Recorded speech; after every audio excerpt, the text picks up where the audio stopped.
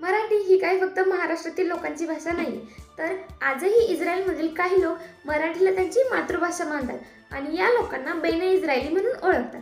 ते कसं सांगते, आधी फॉलो करा आणि व्हिडिओ शेवटपर्यंत बघा. तर झालं असं, 2000 वर्षांपूर्वी रोमन साम्राज्याच्या अत्याचाराला कंटाळून ज्यू लोकांनी त्यांचा देश सोडून जगातील वेगवेगळ्या देशांमध्ये स्थलांतर करायला सुरुवात केली आणि ते लोक येऊन पोहोचले आपल्या भारतात कोकण किनारपट्टीवर.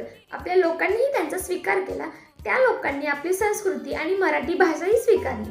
याच मराठीला आज इस्रायलमध्ये जुदा मराठी म्हणूनही ओळखले जाते. पण नंतर 1948 मध्ये जेव्हा इस्रायलची पुन्हा नव्याने स्थापना झाली, तेव्हा या ज्यू लोकांनी इस्रायलकडे स्थलांतरित करण्याचा निर्णय घेतला. पण तिकडे गेल्यावरही त्यांची मराठीशी नाळ काही तुटली नाही. आजही ते लोक त्यांच्या घरामध्ये मराठी भाषाच बोलतात, मराठी गाणी गातात आणि मराठी संस्कृती जोपासतातही. इस्रायलमध्ये मराठी भाषेचे वर्ग मुंबई विद्यापीठाच्या सहकार्याने सुरू करण्यात आले आणि आजही इस्रायलमध्ये मायबोली या नावाचं मराठी मॅगझिन छापलं जात आहे.